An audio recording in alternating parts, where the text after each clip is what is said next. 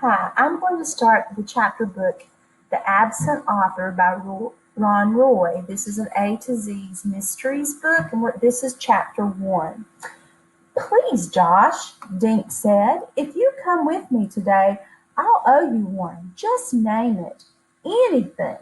Dink's full name was Donald David Duncan, but no one in Greenlawn ever called him that except his mother when she meant business. Josh Pinto grinned at his best friend. Anything? He raised his mischievous green eyes toward the ceiling of Dink's bedroom. Let's see, what do you have that I want? He scratched his head. I know. I'll take Loretta. Dink tossed a pillow at Josh. When I said anything, I meant anything but my guinea pig. Are you coming with me or not? I have to be at the book nook in 15 minutes. Dink rushed into the bathroom, tucking his shirt into his jeans at the same time, and Josh followed him. Standing in front of the mirror, Dink yanked a brush through his thick blond hair. Well, he asked, are you coming with me? What's so important about this Ryder guy? Josh asked, sitting on the edge of the bathtub. Dink turned around and pointed his hairbrush. Wallace Wallace isn't just some writer guy, Josh. He's the most famous mystery writer in the world. All the kids read his books, except for you. If he's so famous, why is he coming to Dinky Little Green Lawn? Dink changed back into his bedroom. I told you, he's coming because I invited him. I'm scared to death to meet someone so famous. I don't even know what you're supposed to say to an author.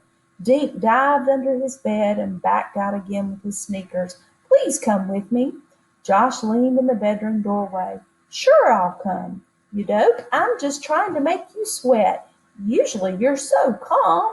Dink stared at his friend. You will? Thanks. I can't believe Wallace Wallace is really coming.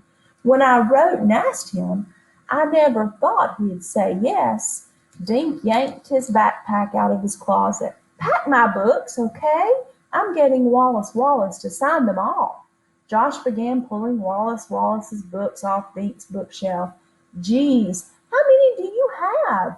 Every one he's written. Dink sat on the floor to tie his sneakers. 23 so far. You should read some of them, Josh. Josh picked up The Poisoned Pond and read the back cover. Hey, cool! It says here that Wallace Wallace lives in a castle in Maine. Wouldn't that be neat? Dink grinned.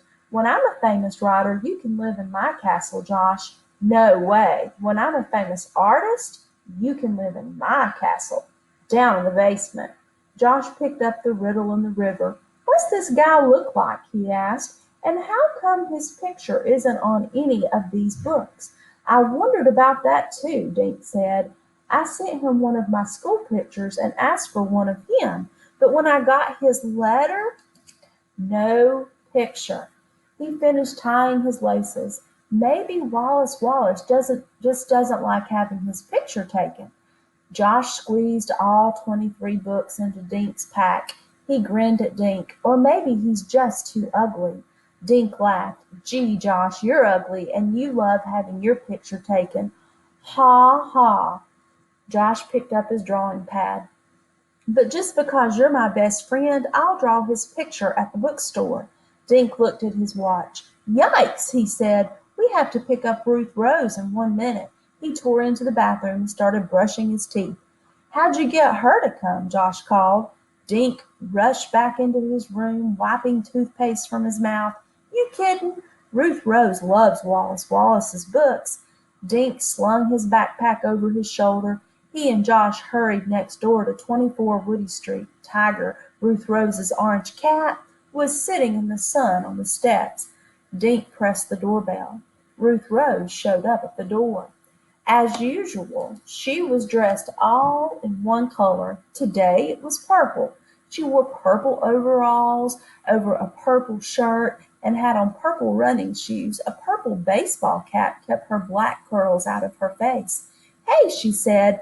Then she turned around and screamed into the house. The guys are here, Mom. I'm leaving. Dink and Josh covered their ears. Geez, Ruth Rose, Josh said, I don't know what's louder, your outfit or your voice.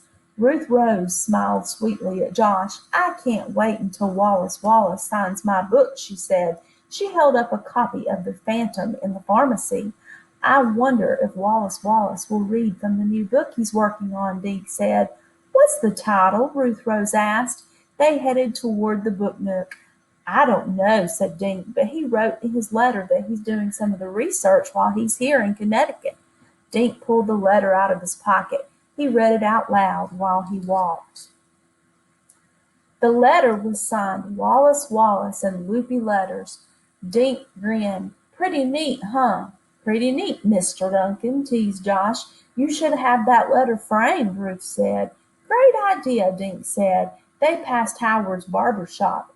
Howard waved through his window as they hurried by. Come on, Dink urged as he dragged his friend down the street to the book nook. They looked through the window out of breath. The bookstore was crowded with kids. The book nook's owner, Mr. Paskey, had set up folding chairs. Dink noticed that most of them were already taken. Dink saw Mr. Paisley sitting behind a table. A big white sign on the table said, Welcome Wallace Wallace, but the chair behind the sign was empty. Dink gulped and stared at the empty seat. Where was Wallace Wallace?